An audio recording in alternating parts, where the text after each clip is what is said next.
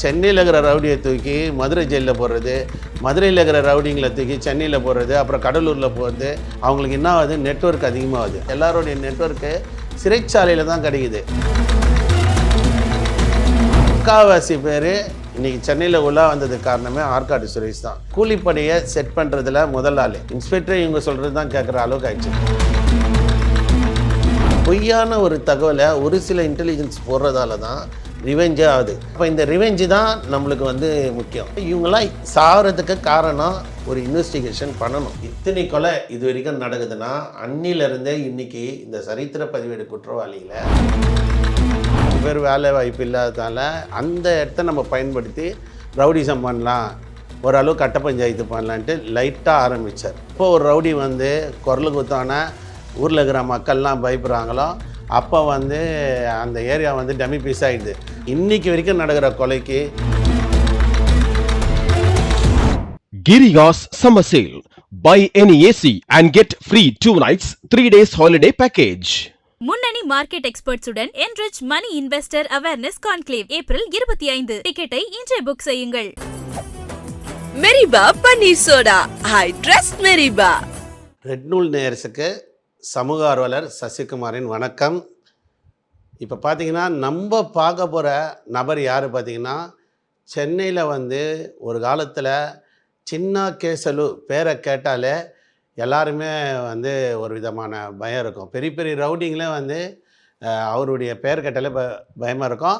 ஆனால் அவர் ஆக்சுவலாக பார்த்திங்கன்னா அந்த டைமில் ரவுடிசம் இல்லாத காலத்தில் ஒரு கட்டத்தில் புளியாந்தோப்பில் நரசிம்மபுரம் பகுதியை சேர்ந்ததாக எல்லாம் நினச்சிக்கிறாங்க. ஆனால் உண்மையிலே அவர் ஆந்திராவை சேர்ந்தவர். இந்த சின்ன கேசவலு பார்த்திங்கன்னா ஆந்திராவில் இருக்கக்கூடிய ஒரு நபர், பென்சிலியா அவருடைய பையன். இவர் என்ன பண்ணுறாரு, இவருக்கு ஆதிலட்சுமின்ற மனைவி இருக்குது, 2 பசங்க இருக்காங்க.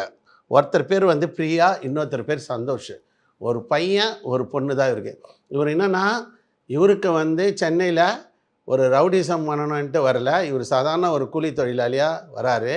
அப்படி வரப்போ அங்கே இந்த மாதிரி தொடர்ந்து ஏரியாவில் இருக்கிறப்போ அங்கே ஒரு இல்லீகல் கான்டாக்ட், ஒரு ஆட்டோ டிரைவருடைய மனைவி இவர்கிட்ட தொடர்பு ஆகிறாங்க.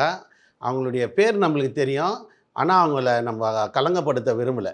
ஏன்னா இப்போ பார்த்திங்கன்னா அவங்க எங்கே இருப்பாங்க, அவங்களுடைய பேரை நம்ம சொல்ல விரும்பலை. இப்போ முழுக்க முழுக்க பார்த்திங்கன்னா புளியாந்தோப் டிஸ்ட்ரிக்டில் உள்ளே போய் அவருடைய மர்டர் எப்படியா இருந்தது, பூந்தமல்லி கோர்ட்டுக்கு போகிறப்போ வழியில் ஒரு 1.5 கிலோமீட்டர் நடுவில் அவரை வெட்டி சாய்க்கிறாங்க ஒரு கும்பல். அந்த கும்பலை பற்றி விரிவான அறிக்கையை தான் நம்ம இப்போ பார்க்க போகிறோம். என்னென்னா, இந்த சின்ன கேசவலு அந்த ஆட்டோ டிரைவருடைய மனைவி இல்லீகலாக 2வது எடுக்கிறாரு. எடுத்தவொடனே அந்த நரசிம்மபுரம்ன்றது பார்த்திங்கன்னா ஒரு தெலுங்கு பீப்புள் அதிகமாக இருக்கிற ஏரியா. எப்பயுமே ஊரை விட்டு ஊர் வந்ததால் அந்த ஏரியாவில் கொஞ்சம் ஒரு அச்சம் இருக்கும். ஆனால் ஒரு சின்ன பிரச்சனைனா கூட எல்லாரும் வாணி கொட்டுறா தானி கொட்டுறான்னு சொல்லி ஒன்று சேர்ந்து எல்லாரையும் போட்டு அடிச்சிடுவாங்க. அப்படிப்பட்ட ஊர் தான் அந்த ஊர். 2வது அந்த ஏரியா மட்டும் இல்லை, அது பக்கத்தில் இருக்கிற திருவிக நகர், அப்புறம் பார்த்திங்கன்னா தட்டாங்குளம், அப்புறம் சூளை, இந்த மாதிரி தெலுங்கு பீப்புள் அதிகம் வாழக்கூடிய இடத்துல, அதாவது எழும்பூர் தொகுதி சொல்லலாம். அந்த எழும்பூர் தொகுதி கொஞ்சம் வரும், கொஞ்சம் திருவிக நகர் தொகுதியில் போவோம்.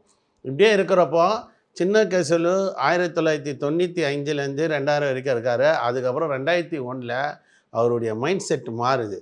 நம்ம என்ன குரல் கொடுத்தாலும் பயப்படுறானுங்க, எல்லாரும் இங்கே இருக்காங்க. 2வது லோக்கலில் பார்த்திங்கன்னா யாருன்னா சரக்கு வாங்கி கொடுத்தா போதும், வேலை வெட்டி போகாதவனுங்க எல்லாம் ஒன்றாயிடுவாங்க. அந்த இடத்துல பொறுத்த வரைக்கும் நிறைய பேர் வேலை வாய்ப்பு இல்லாததால் அந்த இடத்த நம்ம பயன்படுத்தி ரவுடிசம் பண்ணலாம், ஓரளவு கட்ட பஞ்சாயத்து பண்ணலான்ட்டு லைட்டாக ஆரம்பித்தார். அந்த லைட்டாக ஆரம்பிக்கிறப்பே போலீஸ் அவரை கண்காணித்து அவரை பிடிச்சிருந்தா இன்றைக்கி வரைக்கும் நடக்கிற கொலைக்கு, சின்னாவுடைய கொலைக்கு அப்புறமும் கிட்டத்தட்ட ஒரு 20 கொலை மேலே, சின்ன மர்டருக்கு அப்புறம் அவர் 2010 மர்டர் ஆகிறாரு. சின்ன மர்டருக்கு அப்புறம் இந்த 16 வருஷத்தில் இன்றைக்கும் ரிவெஞ்சில் அவர் உருவாக்கி விட்ட, அதாவது அவர் கூடிய இருந்து எல்லா விஷயத்தையும் தெரிஞ்சுக்கின்னு அவருடைய பலன்ட்டு ஒன்று இருக்குது. அந்த பலத்தில் சென்னைக்கு புளியாந்தோப்பில் தான் அவருடைய ஆதிக்கமே செலுத்தினார். ஏன்னா எப்போ ஒரு ரவுடி குரல் குத்தான ஊரில் இருக்கிற மக்கள்லாம் பயப்படுறாங்களோ அப்போ அந்த ஏரியா டமி பீஸ் ஆகிடுது. அங்கே கஞ்சா ஓட்டுறது, கள்ளச்சந்தையில் மது விற்பனை பண்ணுறது, அப்புறம் கந்து வட்டி, நிறைய கந்து வட்டி இருக்குது. இப்போ இவர் சின்ன கேசலு கொஞ்சம் அப்படியே ஏரியாவில் அல்ட்ராசிட்டி படிக்கிறப்போ நம்ம சேரா டீம் வந்து அவருக்கு வருது. அதுக்கப்புறம் காது குத்து ரவி, லோக்கலில் வேசார்பாடியில் இருக்கிற ரவுடிஸ்லாம் வராங்க. ஒரு கட்டத்தில் காது குத்து ரவி கூட இருக்கிறப்போ என்ன இதோட பெருசாக இருக்குது. ரெண்டாவது சேரா பார்த்தீங்கன்னா முழுக்க இந்த செம்மரம் கடத்தல் அந்த மாதிரி விஷயத்தில் இருக்கிறாரு. அப்புறம் இவருக்கு வந்து என்ன ஆகுதுன்னா எல்லாருடைய நெட்வொர்க்கு சிறைச்சாலையில் தான் கிடைக்குது. சிறைச்சாலைக்கு ஒரு எப்படின்னா அண்ணா யூனிவர்சிட்டி, மெட்ராஸ் யூனிவர்சிட்டி, எல்லா யூனிவர்சிட்டியும் நீங்கள் போய் படிச்சுட்டு வந்தால் கூட நம்மளுக்கு வேலை கிடைக்குதா இல்லையா. ஆனால் புழல் ஜெயில், கடலூர், வேலூர், மதுரை, இது போல் சென்னையில் இருக்கிற ரவுடியை தூக்கி மதுரை ஜெயிலில் போடுறது, மதுரையில் இருக்கிற ரவுடிங்களை தூக்கி சென்னையில் போடுறது, அப்புறம் கடலூரில் போடுறது, டிஸ்ட்ரிக்ட் வைஸாக மாற்றுறதால அவங்களுக்கு என்ன ஆகுது, நெட்வொர்க் அதிகமாகுது. அப்படி நெட்வொர்க்கு புழல் சிறைச்சாலையில் வெள்ளரவியுடைய முழு நெட்வொர்க்கு கிடைக்குது. அதுக்கப்புறம் நாகேந்திரன் அவருடைய நெட்வொர்க்கும் கிடைக்குது. அந்த பீரியட்லலாம் பார்த்திங்கன்னா சின்னா வந்து பயங்கரமாக வளர்ந்துட்டே வர, நாளுக்கு நாள் வந்து சின்னா வளர்கிறப்ப தான் ஒரு பெரிய பிரச்சனை என்னென்னா, தொடர்ந்து இந்த மாதிரி அல்ட்ராசிட்டி பண்ணிகிட்டு இருக்கப்போ டி நகரில் 2001 ஒரு வெடிகுண்டு வழக்கில் போகிறாங்க. அப்புறம் பார்த்திங்கன்னா கூட்டாளிங்க பார்த்திங்கன்னா ஜெர்மன் ரவி, மாட்டு சேகர், காதுகுத்து ரவி, அப்பு, சின்னா உள்பட இவங்கெல்லாம் அந்த வழக்கில் வந்து 2001 நான் சொல்கிறது 2001 டி நகர் ஜிஎன் செட்டி ரோட்டில் ஒரு வெடிகுண்டு போட்ட வழக்கில் இவங்க எல்லாம் அரெஸ்ட் ஆகிட்டு மொத்த கூட்டாளி வராங்க. அப்போ சாதாரணமாக ஒருத்தனை அடிச்சுட்டு போனாலே வெளியில் வந்து தௌலத் காமிப்பான். சாதாரணமாக ஒருத்தன் வெட்டிட்டு போனாலே வெளியில் வந்து தௌலத் காமிப்பான். ஆனால் இவங்க பார்த்திங்கன்னா 2001 பாம் கலாச்சாரம் வெடிகுண்டே வந்து டி நகர், அதாவது எப்படி சொல்கிறது, சென்னையுடைய இதயமாக செயல்படக்கூடிய டி நகரில் அதிகம் எப்படி சொல்கிறது, நகைக்கடை, துணிக்கடை, மாமல் வாங்கிறது, போகிறது, துணி கடைங்களை குறி வைக்கிறது. இப்போ பாருங்கள் புளியாந்தோப்பு எங்கே இருக்குது, அங்கேருந்து டி நகரில் வந்து இவங்களுடைய அல்ட்ராசிட்டி பண்ணுறாங்க. 2001 தான் இவங்களுடைய உண்மையான முகத்திரை காவல்துறைக்கு தெரியுது. ஜிஎன் செட்டி ரோட்டில் நான் சொன்ன மாதிரி அந்த இடத்துல போகிறது. நீங்கள் இன்றைக்கி பார்த்தீங்கன்னா அந்த அப்புலாம் பார்த்தீங்கன்னா சின்னா கூட இருந்துட்டு தான் இன்றைக்கி பெரிய பெரிய மர்டரில் வந்து இன்றைக்கி அந்த அப்பு வந்து இருக்கிறாரு. அதே மாதிரி பண்ணால் ஜெர்மன் ரவி, இந்த மாட்டு சேகர், இவங்கெல்லாம் பார்த்திங்கன்னா திருந்தாத ஜென்மங்க சொல்லலாம். இவங்கெல்லாம் தொடர்ந்து அல்ட்ராசிட்டி பண்ணக்கூடிய ஆளுங்க. அன்றைக்கி சின்னா கூட இருந்தாங்க. தொடர்ந்து பண்ணுறப்போ புளியாந்தோப்பில் இன்னொரு பாகம் என்னென்னா, அந்த இப்போ நம்ம ஆம்ஸ்டாங் கொலை வழக்கில் இருந்த இந்த அஞ்சலன்னு ஒரு கேரக்டரு, அந்த பெண் தான். அவங்க என்னென்னா கொஞ்சம் நிறைய நகைலாம் போட்டிருப்பாங்க. இந்த கந்து வட்டி விடுவாங்க, ஏரியாவில் வட்டி. இப்போ பொதுவாக பார்த்திங்கன்னா எல்லா ஊர்லேயும் இந்த கேம்கார்னு, பெரியமேடு, ஸ்லம் கிளியரன்ஸ் போர்டில் அவங்க ஊருக்குள்ளே யார் நம்மளை பார்த்தா பயப்படுறாங்களோ அவங்களுக்கு வந்து ஸ்பீடு வட்டி ஒரு 10 பைசா வட்டி விடுவாங்க. மாதம் 10 பைசா வட்டி, வாரம் 10 பைசா வட்டி, மீட்ரு வட்டிலாம் விடுவாங்க. அப்போ இந்த சின்னா வந்து என்னென்னா நம்ம ஏரியாவில் வந்து இந்த மாதிரி ஒரு லேடி வந்து ரொம்ப கந்து வட்டி விடுறப்போ அவங்கள போய் மிரட்டுறப்ப தான் ஏற்கனவே என்னென்னா நம்மளுடைய இவங்க அஞ்சலியுடைய 2வது கணவர் தான் ஆற்காடு வந்து ஆல்ரெடி பார்த்திங்கன்னா ஆற்காடு சுரேஷ் சின்னா கூட தான் இருக்கார். அவரு தான் பார்த்திங்கன்னா திருவேங்கடம், இந்த சிடி மணி, தென் மாவட்டங்களில் இப்போது ஆம்ஸ்டாங் கொலையில் இருக்கிற முக்கால்வாசி பேர் இன்றைக்கி சென்னையில் உள்ளே வந்ததுக்கு காரணமே ஆற்காடு சுரேஷ் தான். அவர் பார்த்திங்கன்னா கூலிப்படையை செட் பண்ணுறதுல முதல் ஆள். அவர் சண்டை போகிறாரே இல்லையா, கரெக்டாக ஸ்கெட்சு போட்டு அந்த இடத்துல யாரை சொல்கிறாங்களோ அந்த இடத்துல வந்து ஒரு 7-8 பேரோட வந்து அவர் மர்டர் பண்ணுவார். அப்படி இருக்க சின்னாவுக்கு வந்து என்னென்னா அஞ்சலியை மிரட்டி பணம் பறிக்கணும் அப்படின்ட்டு ஒரு கட்டத்தில் போகிறாரு. ஒரு கட்டத்தில் அஞ்சலியும் வந்து சின்ன போல் ஆளுங்க இருந்தால் நம்மளுக்கு வந்து ஒரு சோர்ஸ் தான், நம்மளுக்கு வந்து கந்துவடி விட்டு யாருன்னா தரலைன்னா நம்ம அதை எடுத்துடலாம். இப்போ இவங்க 2 பேருடைய வழக்கு பார்த்திங்கன்னா P1 P4 ஆரம்ப கட்ட காலத்தில் இருந்தே, எப்போ நான் சொல்கிறேன் 2001 அதாவது 26 வருஷத்துக்கு முன்னாடியே இந்த கோஸ்டிங்களுடைய ஆற்காடு சுரேஷ், அவருடைய இந்த அஞ்சலை, இந்த சின்னாக்கெல்லாம் வந்து தொடர்ந்து P1 P4 காவல் நிலையத்தில், P3லாம் போக மாட்டாங்க. இங்கே P4 இருப்பாங்க, P1 இருப்பாங்க, P2 கூட போக மாட்டாங்க. அப்போ புளியாந்தோப்பு டிஸ்ட்ரிக்ட் வட்டாரத்தில் இவங்களுடைய ஆதிக்கன்றது தலை தூக்குது. ஒருத்தர் வந்து கம்ப்ளைண்ட் கொடுத்துட்டு வீட்டுக்கு போகிறதுக்குள்ளே ஃபோன் வரும், நம்ம என் பேரில் ஸ்டேஷனில் கம்ப்ளைண்ட் கொடுத்துட்டோம். அந்த அளவுக்கு காவல் நிலையத்தில் passion beach, P4 passion beach காவல் நிலையம், அந்த அளவுக்கு இவங்களை செல்வாக்கு பயங்கரமாக உயர்ந்தமான இடம். இன்ஸ்பெக்டரே இவங்க சொல்கிறது தான் கேட்குற அளவுக்கு ஆயிடுச்சு. அதே மீறி அந்த டைமில் நான் சொல்கிறது 2001 2005-6 புளியாந்தோப்பு P1 ஸ்டேஷனில் எஸ்ஐ வந்து ராஜேஸ்வரின்னு ஒருத்தவங்க வராங்க. அப்போ அவங்க வந்து புதுசு, எல்லாருமே எஸ்ஐ வந்தால் ஸ்பீடாக வந்து என்ன பண்ணுவாங்க, ஏரியாவில் இருக்கிற கள்ளச்சந்தையில் இருக்கிற மது விற்பனை, கஞ்சா இதெல்லாம் பண்ணுவாங்க. அப்போ ஒரு கட்டத்தில் இவங்க எல்லாத்தையும் ரெய்டு பண்ணுறப்போ, இந்த எஸ்ஐயால் எங்களால் வாழ முடியல அப்படின்னு சொல்லிட்டு இவங்க என்ன பண்ணுறாங்க, அந்த எஸ்ஐயை டார்கெட் பண்ணி ஏதாவது ஒன்று பண்ணுன்றாங்க. அன்றைக்கி நான் சொல்கிறது ஒரு 20 வருஷத்துக்கு முன்னாடி டிபார்ட்மெண்ட்டே ராஜேஸ்வரி அவங்களுக்கு மேடம்க்கு வந்து சப்போர்ட் பண்ணல. அன்றைக்கி வந்து ரவுடிஸில் சில பேர் வந்து மேடம்க்கு சப்போர்ட் பண்ணாங்க. அந்த மேடம்க்கு வந்து ரொம்ப கொலை முயற்சி, அச்சுறுத்தல், அந்த டைமில் வந்து தில்லா ஒரு பெண்மணி ஹவுசிங் போர்டெலாம் ஏறி ஹவுசிங் போர்டு உள்ளே பக்கத்து ஹவுசிங் போர்டெலாம் குதிப்பாங்க. அவங்க அந்த டைமில் ஸ்பீடாக வந்தாங்க. ஸ்பீடாக வந்து ஓரளவு கண்ட்ரோல் பண்ணுறப்போ ஒரு டைமில் அவங்களே வந்து டார்கெட் பண்ண அளவுக்கு ஆச்சாங்க. ஆனால் ஏன் சொல்கிறேன்னா, காவல் நிலையத்தில் ஒரு சில பேர் இருக்காங்க. இன்றைக்கும் வந்து நம்ம சொல்லக்கூடிய விஷயம் என்னென்னா, 100ல் ஒரு 30% காவல்துறையில் ஒரு கண்ணியமானவங்களாம் இருக்காங்க. அவங்களால வந்து இந்த சமூக விரோத செயல்களை தட்டி கேட்டுன்னே இருப்பாங்க. இப்போ கூட டிஸ்ட்ரிக்டில் P1 அதாவது புளியாந்தோப்பு காவல் நிலையம், P2 ஓட்டேரி காவல் நிலையம், P3 வேசார்பாடி காவல் நிலையம், P4 பேசன் பீச் காவல் நிலையம், P5 MKB நகர் காவல் நிலையம், P6 கொடுங்கூர் காவல் நிலையம். இந்த 6 ஸ்டேஷனில் இன்டெலிஜென்ஸ் 12 பேரில் 4 பேர் சூப்பரு, நடக்கிறத எழுதி போடுவாங்க. மீதி இருக்கவங்கெல்லாம் இந்த மாதிரி இருக்கே, நான் பேப்பர் போடணுன்னா நீ எனக்கு காசு விடு என்று சொல்லி கள்ளச்சந்தையில் மது விற்பனை, கஞ்சா, போதை மாத்திரை விற்கிறவங்க கிட்ட அண்டர்ஸ்டாண்டிங் ஆகிறாங்க. நான் சொல்கிறது இன்டெலிஜென்ஸே பல பேர் உள்ளே இருக்கிறாங்க. அன்றைக்கி P1 இந்த முக்கியமான ஒரு இன்டெலிஜென்ஸால் தான் ரிப்போர்ட்டே போடலை. அவர் பேர் நான் சொல்ல விரும்பலை, இன்றைக்கி டியூட்டியில் இருக்கிறாரு, பாவம் அவருக்கு எதுக்கு. அவரால் தான் P1 ஒரு ஐஎஸ் இருந்தார். அவர் ஏற்கனவே எஸ்ஏ இருந்தார். வசந்தி தேட்டர் பெட்ரோல் பங்க் எதிரில் அவருக்கு ஹவுசிங் போர்டு குவார்ட்டர்ஸ்லேயே, போலீஸ் குவார்ட்டர்ஸ்லேயே வீடு இருந்தது. அப்போனா நீங்கள் புரிஞ்சுக்கோங்க, இந்த பகுதியில் எப்படி நீங்கள் புளியாந்தோப்பில் பார்ப்பீங்க, அப்போ நான் சொல்கிற ஆள் யாருன்னு உங்களுக்கு தெரியும். அவரால் தான் வந்து முக்கால்வாசி இந்த அளவுக்கு ஆச்சு. என்னென்னா ஒரு டைமில் சின்ன வந்து அஞ்சலி அவங்கக்கிட்ட பிரச்சனை பண்ணி அவங்க கழுத்தில் இருக்கிற ஒரு 8,000 செயினை அறுக்கிறதுக்கு முயற்சி பண்ணார். அப்போது அந்த டைமில் அவருடைய கணவராக ஆற்காடு சுரேஷ் இருக்கிறப்ப, செகண்ட் ஹஸ்பண்டு இருக்கிறப்ப தான் இந்த பிரச்சனை வருது. இந்த பிரச்சனை வந்தவொடனே அவன் ஒரு ஆளா ஆற்காடு, எனக்கு அவன் ஒரு ஆளா, நான் விட மாட்டேன்னு. ஆனால் இவர் என்னென்னா உண்மையாக அந்த இடத்துல அவங்களுக்கு உள்ள ஃபுல் சப்போர்ட் பண்ணதால் இவர் ஆற்காடு சுரேஷ் என்ன பண்ணார், நேரடியாக நம்ம தலைவரையே நம்ம வந்து கேட்கணும். எப்படி ஒரு புதுப்பேட்டில் ஒரு படத்தில் ஆச்சு பார்த்தீங்களா, வடச்சென்னையாக புதுப்பேட்டையாக தெரியல, தனுஷ்து அந்த படத்தில் மாதிரி தான் வந்து பண்ணுறப்போ இவங்க என்ன பண்ணிட்டாங்க, சரி நீ வந்து இந்த மாதிரி எனக்கு அவனால் ரொம்ப டிஸ்டர்பின்ட்டு அஞ்சலி ஆற்காடு கிட்ட சுரேஷ் கிட்ட சொல்கிறப்ப தான் இந்த சண்டை பெருசாக வரப்போ உன்னையே தீர்த்து கட்டுவான் போலகுது அப்படி சொல்கிறாங்க. ஆனால் இவருடைய கேரக்டர் எப்படின்னா, நம்ம சின்னவுடைய கேரக்டர் என்னென்னா, அவர் வந்து ரெட்டில்ஸ்லேருந்து ஆந்திரா வரைக்கும் ரவுடி. அவர் என்ன சொல்கிறாருன்னா, டேய் எனக்கு எதிராக 100 கிலோ வெயிட் கொண்ட ஒரு பவுன்சர் வந்தால் கூட நான் வந்து என்கிட்ட இருக்கிற கன்னில் ஒரே நேரத்தில் 6 பேரை சாவடிப்பேன் அப்படின்னு கன்னை வச்சு பயன்படுத்தியிருந்தார்.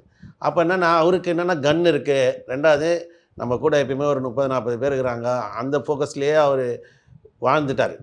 அவருடைய மர்டரு மொத்தமே 24 கேஸ் தான் அவர் மேலே. என்னென்னா த்ரெட்டிங் பண்ணுறது, சீட்டிங் பண்ணுறது, அப்புறம் கந்துவடியில் விடுறவங்கள வந்து மிரட்டுறது, அப்புறம் வந்து தொழிலதிபரை மிரட்டுறது, ஆள் கடத்தல் பண்ணுறது, இந்த மாதிரி விஷயந்தான். மர்டருன்னு பார்த்திங்கனாலே ஒரு 2-3 மர்டரு தான் அவருடைய கேஸு, ரொம்ப அதிக அளவு இல்லை. இன்றைக்கி இருக்கக்கூடிய இளைஞர்கள் சில பேர் தவறான வழியில் போயிட்டு இன்றைக்கி 10 கொலை கூட பண்ணியிருக்காங்க. இன்றைக்கி தென்சென்னை மாவட்டத்திங்கன்னா 30 கொலை 40 கொலை பண்ணவெல்லாம் இருக்கான். அந்த டைம் இவர் ஒரு பெரிய ரவுடின்னு சொல்லிவிட்டு இவருக்கு கேஸே பார்த்திங்கன்னா வெறும் 2-3 மர்டர் கேஸ் தான். அப்படி இருந்துட்டப்போ இவர் தௌலத்து நரசிம்மபுரன்றப்போ ஒரு ஜனம் நிறைய இருக்குன்னு, அதே மாரி ஆற்காடு ஒரு கட்டத்தில் இவனால் நம்ம செத்துருவோம் போலுகுது. ஆனால் அவர் தயவில் தான் நம்ம இருக்கோம், நம்ம கூடயே இருந்துட்டு நாம் ஒரு பொண்டாட்டின்னு ஏற்றுட்டோம், அவங்களுக்கு வந்து டிஸ்டர்ப் பண்ணுறாங்களே அப்படின்னு ஒரு கட்டத்தில் வந்திருக்காரு. அதே நேரத்தில் சின்னாக்கு வந்து வழக்கறிஞராக ஷர்மிளான்ட்டு ஒருத்தங்க இருக்காங்க, அவங்களுக்கு ஜூனியராக பகத்சிங்னு ஒருத்தர் இருக்கிறாரு. இவங்கெல்லாம் வந்து எந்த கேஸை போட்டாலும் டிபார்ட்மெண்ட்டில் ரிப்ளை கேட்டுருவாங்க. ரிப்ளை கேட்டு உடனே கேஸ் எல்லாம் வெளியே வந்துடுவாங்க. அப்படி தான் வந்து 2007 ஒரு கேஸ் இவங்கள்ட்ட இந்த பாம் கேஸ் வந்து சைதாப்பேட்டை கோர்ட்டில் நடக்குது. டி நகரில் சொன்னல வெடிகுண்டு போட்ட வழக்கில் வந்து மிகப்பெரிய இந்த அக்யூஸ்டுங்கெல்லாம் வராங்க. வர்றப்போ என்ன ஆகுது, சைதாப்பேட்டை 2007 அந்த கோர்ட்டில் நடந்துகிட்ருக்கப்போ சைதாப்பேட்டை கோர்ட் என்ன பண்ணுறாங்க, இனி இந்த கோர்ட்டு 2007 பூந்தமல்லி கோர்ட்டில் இந்த கேஸ் நடத்துவாங்கன்றாங்க. இதில் தான் சனினே பிடிக்குது. 3 வருஷமாக கோர்ட்டுக்கு போயிட்டு கடைசி நாள் தீர்ப்பு வரப்போகுது. தீர்ப்பு வந்தவொடனே இவர் என்ன பண்ணுறாரு, பூந்தமல்லி கோர்ட்டுக்கு போகிறாரு. நம்மளுக்கு இருக்க சந்தேகமே இன்னொன்று என்னென்னா, அவர் ரவுடியாக கூட இருக்கட்டும், அவர் என்னன்னா கூட எப்பயுமே ஒரு 10 பேர் 20 பேர் இல்லாமல் இருப்பார். எப்போ பண்ணாலும் கோர்ட்டுக்கே ஒரு 60-70 பேரை இட்டுன்னு போவார், பவுன்சர் மாதிரி. ஒரு கட்டத்தில் அந்த பூந்தமல்லி கோர்ட்டில் இருக்கக்கூடிய இன்ஃபர்மேஷன் ஐஏஎஸ் இன்டெலிஜென்ஸு, இந்த ஆள் வர்றப்பே இவ்வளோ பேர் வரான், இதெல்லாம் நம்ம தடுத்து நிறுத்தணுன்ட்டு அந்த லோக்கல் போலீஸில் சொன்னவொடனே அங்கே வந்து சரௌண்டிங் பண்ணி இவரை வார்ன் பண்ணி, இனி நீ வந்தீங்கன்னா ஒரு 6-7 பேர் தான் வரணும் அப்படின்ற மாதிரி சொன்னோடனே இவர் என்ன பண்ணுறாரு, டாட்டா சுமோவில் போகிறாரு. லாஸ்ட்டு நாள், இன்னையோட நம்மளுக்கு இந்த கேஸ்லேருந்து விடுதலை ஆகிடுவோம். ஏன்னா சாட்சி சொல்ல மாட்டாங்க பப்ளிக்கு. எந்த ஒரு கொலை நடந்தாலும் பப்ளிக் வந்து உண்மையிலே சொல்கிறீங்களேன், எல்லாருமே சுயநலவாதியாக இருப்பாங்க. கண்ணுக்கு எதிராக ஒரு கொலை நடக்கும். இன்றைக்கி கேமரா இருக்குது, 3வது கண். ஆனால் அன்றைக்கி பார்த்திங்கன்னா கண்ணுக்கு நடந்த கொலை நடந்தால் கூட அவங்க என்ன பண்ணுவாங்க தெரியுங்களா, பார்த்தும் பார்க்காத மாதிரி போவாங்க. நமக்கு என்ன வந்ததுங்க, நம்மள வீட்டில் என்ன நடந்தது இந்த சாவு அப்படின்னு சொல்லிட்டு போயிடுவாங்க. ஆனால் கொலை பண்ணவனுக்கும் ஒரு வக்கீல் வருவான், செத்து போன குடும்பத்துக்கும் ஒரு வக்கீல் வருவான். இது வந்து நம்ம நடைமுறை வாழ்க்கை. 2010 கரெக்டாக இந்த கேஸ் முடியுது.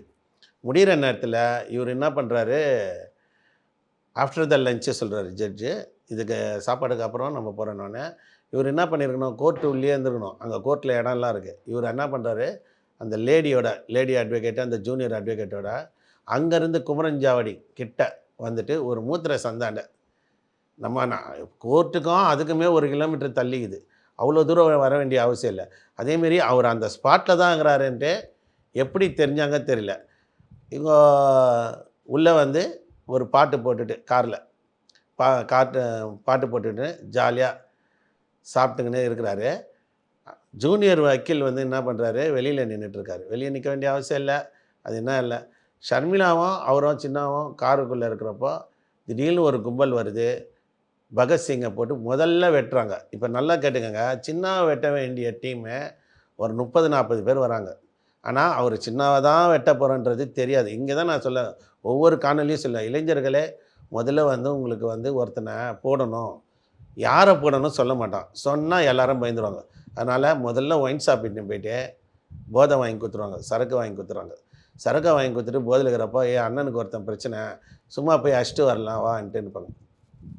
வந்த அந்த 30 பேருக்கு மேலே இருக்கிறவனுங்களுக்கும் யாரை வெட்ட போகிறேன்றதே தெரியாது. தெரிஞ்சிருந்தால் அதில் ஒருத்தனாவது அந்த நபருக்கு சொல்லிவிடுவான்ட்டு சொல்லலை. ஆனால் வந்த ஸ்பாட்டில் என்ன பண்ணுறாங்க, அதான் அந்த கார் தான் என்னொன்னே, காருக்கு வெளியே இந்த பகத்சிங்கை ரொம்ப கொடூரமாக தாக்குறாங்க. பாருங்கள், ஒரு வக்கீல் 2 BA 3 BL டிகிரி பிடிச்சவன், என்டோர்மெண்ட் பண்ணிவிட்டு நம்பர் ஆகிட்டு, ஜூனியரு ப்ராக்டிஸ் வந்து ஷர்மிளா கிட்டே இருக்காங்க, ஒரு அட்வொகேட் ஜூனியர் போகிறாங்க. நம்ம ஏன் இவ்வளோ பெரிய ஆளுக்கு போகணும், என்ன தான் காசு கொடுத்தாலும் இந்த மாதிரி சமூக விரோதிகள் கூட போயிருக்காங்க. இந்த 20 வருஷத்தில் 100 வக்கீல் செத்தாங்க. அந்த 100 வக்கீல்னா பகத்சிங் போல் ஜூனியர் வக்கீல் போயிருக்காங்க. வந்தவொடனே பகத்சிங்கை கொடூரமாக வெட்டினோடனே அந்த ஸ்பாட்லேயே வந்து சாகலை, பகத்சிங் உயிருக்கு போராடிட்டு இவனுங்க போயிடுறாங்க. போனோடனே யாரடா வெட்டினேன்னு, இல்லை அங்கே ஒரு வக்கீல் இருந்துறேண்ணே, ஒருத்தர் தான் வெட்டினேன்னு. அவரும் இல்லை, திருப்பி உள்ளே ஏறுங்கன்னொடனே காருக்குள்ளே இருக்கிற சின்ன, அதுக்குள்ளே அவர் சுதாச்சிக்கிறதுக்குள்ளேயே கார் கண்ணாடியை வச்சு ஒரு அந்த காரை சுற்றி 10 பேர் கார் கண்ணாடியெல்லாம் வச்சு சின்னாவை வந்து வெட்டுறாங்க. கொடூரமான தாக்குதல். என்னென்னா, இந்த கேஸ் முடிஞ்சிருந்தால் சின்னா வந்து மும்பைக்கு போய் செட்டில் ஆகிடுவார். அதே டைமில் ஆற்காடு சுரேஷை க்ளோஸ் பண்ணணுன்ற ஐடியா. ஆற்காடு சுரேஷுக்கும் உயிருக்கு பங்கமாயிடுச்சு, அஞ்சலங்களுக்கும் உயிருக்கு பங்கமாயிடுச்சு. எதனா செஞ்சிருவார், நம்ம முடியாது, என்னையடா கொல்ல பார்க்குற அப்படின்னு சொல்லின்னு ஆற்காடு சுரேஷ் வந்து டீம் செட். ஏன்னா ஆற்காடு சுரேஷுக்கு இருக்கிற லிங்க்கு, சின்னா கூட இந்த லிங்க்கை எல்லாத்தையும் அவர் கவர் பண்ணிட்டார். ஒரு கட்டத்தில் ஆற்காடு சுரேஷ் வந்து சின்னாவை வந்து மட்டை பண்ணுறாரு. மட்டவனே புளியாந்தோப்புக்கு லீடர் ஆகிறாங்க. இந்த பகத்சிங் வந்து பக்கத்தில் இருக்கிற போரூரில் ஒரு தனியார் ஆஸ்பத்திரியில் அட்மிட் ஆகிறாரு. சின்னா வந்து ராயப்பேட்டா மருத்துவமனையில் அட்மிட் பண்ணுறாரு. ஒரு கட்டத்தில் அவரும் இறந்து போயிடுறாரு. அதுக்கப்புறம் தான் ஒரு கதையே என்னென்னா, 2010 சின்னாவை வந்து மர்டர் ஆனவொடனே இனி புளியாந்தோப்புக்கு நாம தான் நான் ஆற்காடு சுரேஷ் வந்து பகல் தூக்க ஆரம்பிக்கிறாரு. அப்போ தொடர்ந்து என்ன பண்ணுது, எப்பயுமே ஒரு ரவுடிஸ் இறந்துட்டான்னா அவன் கூட கேஸ்காரங்க எல்லாருமே அண்ணன் தம்பிங்க தான். ஒரு ரவுடி பசங்களும் இப்போ பசங்க எல்லாருமே கெட்டு போனால் என்ன பண்ணுவாங்க, வீட்டில் வெளியே தேத்திடுவாங்க, அவன் ஜெயிலுக்கு போவான், பெயில் எடுக்கணும். அதனால் வந்து ஒவ்வொரு வீட்டுக்கும் அடங்காத பிள்ளைகள் சமுதாயத்தில் சீர்கேட்டில் போய் மாட்டிட்டு அவங்க வந்து நேராக போயிட்டு ரவுடிஸ் கும்பல் கூட சேர்த்துருவாங்க. என்னென்னா கூட பிறந்த அண்ணன் தம்பி கூட கத்தி எடுக்க மாட்டாங்க. அக்கா தங்கச்சி கூட தம்பிங்களுக்கோசம் கத்தி எடுக்க மாட்டாங்க. தம்பி செத்துட்டான்னா எழவ வண்டி எடுத்துருவாங்க, சுடுகாட்டில் போய் பண்ணுவாங்க. ஆனால் கேஸ்காரனுங்க அப்படி கிடையாது. தன்னுடைய கேஸ்காரன் எல்லாருமே அண்ணன் தம்பிங்க தான். ஒரு கேஸ்காரன் ஒரு கொலை கேஸில் 10 பேர் இருக்கிறான்னா அந்த 10 பேரும் அண்ணன் தம்பிங்க. எவன் மேலே கை வச்சாலும் மீதி 9 பேர்த்து வீச்சு வரும். அப்போ என்னென்னா ஆற்காடு சுரேஷுக்கு ஒரு அச்சம் ஏற்படுது. இவர் ஒரு பெரிய ரவுடி, இவரை வெட்டிட்டோம், நம்ம செஞ்ச தப்போ ரைட்டோ இவன் ஃபைலை நம்ம க்ளோஸ் பண்ணிட்டோம், இனி இவனை விட்டா வேலைக்கு ஆகுது, இவன் கூட இருக்கிற கேஸ்காரன் ஒருத்தனை புளியாந்தோப்பில் எங்கேயுமே இருக்கக்கூடாது. ஏன்னா திடீர்னு டீம் செட் பண்ணி நேராக அஞ்சலியை மர்டர் பண்ணுறதோ இல்லை அவங்க குடும்பத்தை சேர்ந்தவங்கள மர்டர் பண்ணுறதோ இருக்கக்கூடாதுன்றதால எல்லாரும் மரியாதை ஊரை விட்டு காலி பண்ணிவிடுங்கன்ட்டு எல்லாரையும் அடித்து விரட்டுறாப்புல. ஆற்காடு ஒரு 15-20 பேர் ஆட்டோவில் போய் எவன் சின்ன கூட சேர்ந்தான். ஆக்சுவலாக சின்ன கூட சுற்றிருந்தவங்க எல்லாருமே ஆல்ட்டி தான். அந்த முக்கியமான ஒரு 5 பேரை தவிர அவர் கூட சுற்றிருந்தவங்க எல்லாம் சரக்குக்கு அடிமை. 30 பேர் 40 பேர் சுற்றிருந்தவனுங்கெல்லாம் யாரும் சண்டை போடுறவனும் கிடையாது. ஆனால் இது அப்படியே போயிட்டுருக்கப்போ எல்லாரும் காலி பண்ணணுன்ட்டு சொல்லிட்டாங்க. இவர் 2010 மர்டர் ஆடுறாரு. அந்த டைமில் சின்ன கூட கணக்கு புள்ளியாக வேலை செஞ்சிருந்தார். 62 வயசு ஆயிடுச்சு. சின்ன மர்டருக்கு அப்புறம் ஒரு 8 வருஷம் கழிச்சு ராதான்ட்டு அவரை எவ்வளோ சொல்லி பார்த்தாங்க, அவர் போகலன்றப்போ ஒரு சின்ன சண்டையில் ஆற்காடு சுரேஷ், அஞ்சலி உள்பட அவங்க முதல் கணவருடைய பையன் எழிலரசன் உள்பட ஒரு 7 பேர் அவரை படுகொலை செய்கிறாங்க.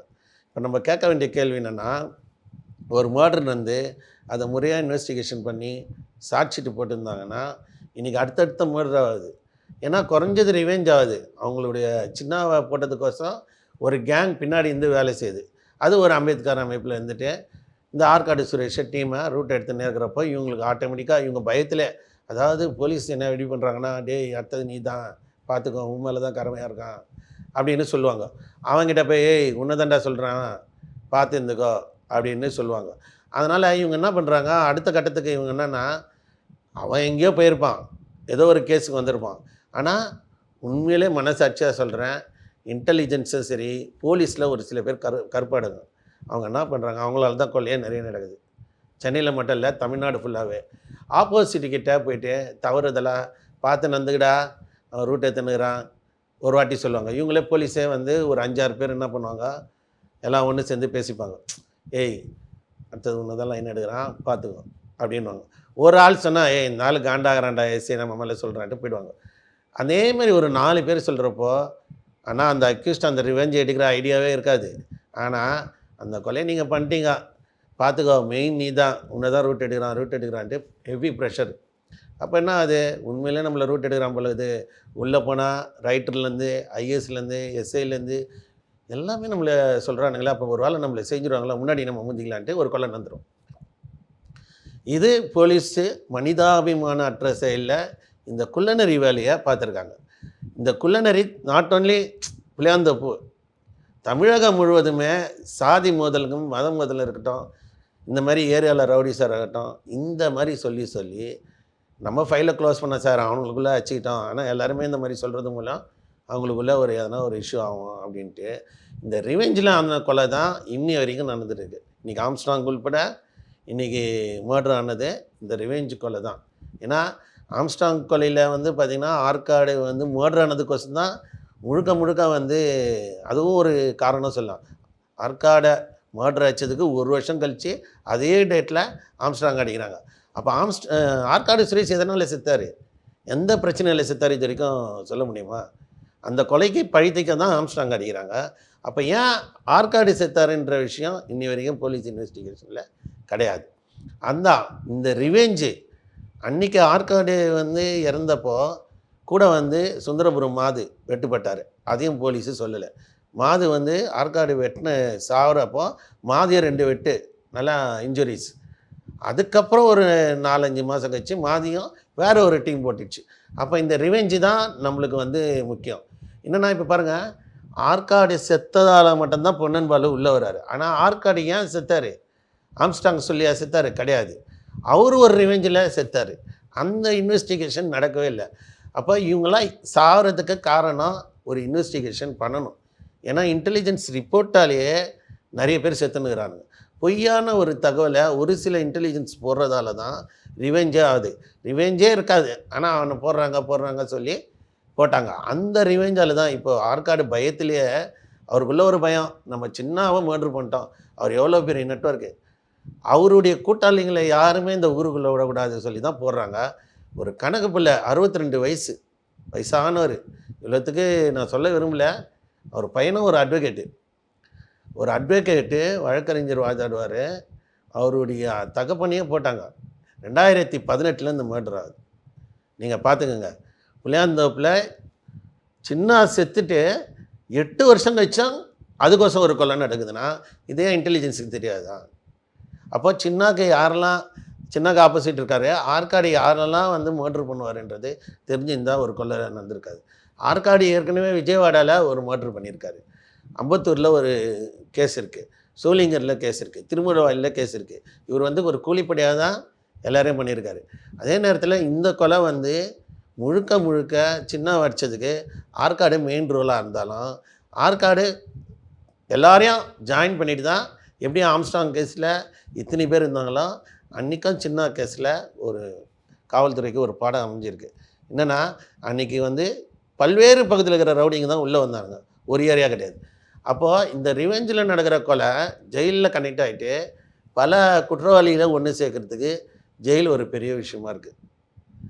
அந்த மர்டர் கோசம் தான் இந்த ரிவெஞ்சுக்கு நடக்கிற மர்டரால் தான் ஆகுதுன்றதை பதிவு பண்ணுறதுக்கு தான் இந்த கொலை வழக்கை பற்றி பேசணும். இப்போ சின்ன கேசவல் கொலைக்கு அப்புறமும் இத்தனை கொலை இது வரைக்கும் நடக்குதுன்னா அன்னிலிருந்தே இன்றைக்கி இந்த சரித்திர பதிவேடு குற்றவாளிகளை காவல்துறை இரும்பு கரம் கொண்டு பண்ணியிருந்தா இன்றைக்கி ஆற்காடும் செத்துருக்க மாட்டார், ஆம்ஸ்ட்ராங்கும் செத்துருக்க மாட்டாங்க, ராதாவும் செத்துருக்க மாட்டார். ஒரு கொலை நடக்குதுன்னா தீவிரமான ஒரு இன்வெஸ்டிகேஷன் வந்து யார் யார் ஆகலை அதெல்லாம் சொல்லி பக்காவாக ஸ்கெட்சை போட்டு தூக்கியிருந்தாங்கன்னா போச்சு. இப்போ நம்ம சொல்லக்கூடியது புளியாந்தோப் டிஸ்ட்ரிக்டில் இருக்கக்கூடிய இத்தனை கொலை, இன்க்ளூடிங் நார்த் மெட்ராஸில் 20 வருஷத்தில் 300 கொலை நடந்திருக்கு. என்னால் லிஸ்ட்டாகவே தர முடியும். ஆனால் நிறைய கொலையில் ஒரு 30% கொலையில் முழுமையான ஆதாரத்தை காவல்துறை ஒப்படைக்கலை. 2018 ராதா செத்ததுக்கான குற்றவாளிகள் இன்னை வரைக்கும் தண்டனை ஆகலை. அது நம்மளுக்கு ஒரு கொஸ்டினாக இருக்குது. ஏன்னா 2018 அவர் மர்டர் ஆகிறாரு, அதுலேயும் அவங்க எல்லாருமே சரண்டர் ஆகிறாங்க. அதே 2018 ஆன நபர்கள் அதுலேருந்து ஒரு 2-3 பேர் ஆம்ஸ்டாங் கொலையிலையும் இருக்காங்க. இப்போ தான் நம்ம வந்து சொல்லணும். இதுதான் வந்து சொல்கிறோம். என்ன சொல்கிறோன்னா, தமிழகத்தில் மட்டுமில்லை, எந்த ஒரு மூலை முடுக்கத்தில் ஒரு கொலை நடந்தால் அந்த கொலைக்கான காரணம் என்பது பல்வேறு ஆங்கிளில் காவல்துறை விசாரிக்கணும். ஆனால் விசாரிக்காமல் அந்த ரிவெஞ்சு அடுத்தடுத்து வர ரிவெஞ்சும் யோசிக்காமல் பண்ணக்கூடிய விஷயத்தால் தான் இவ்வளவு கொலைகள் நடந்தது என்பதை பதிவு செஞ்சுட்டு எனக்கு வாய்ப்பு கொடுத்த ரெட் நூல் நேயர்ஸுக்கு நன்றி தெரிவித்து முடிச்சிருக்கேன். நன்றி, வணக்கம். Giriya's Summer Sale. Buy any AC and get free 2 nights, 3 days holiday package. முன்னணி மார்க்கெட் எக்ஸ்பர்ட்ஸுடன் enrich money investor awareness conclave April 25. டிக்கெட்டை இன்றே புக் செய்யுங்கள். Meriba panneer soda. I trust Meriba.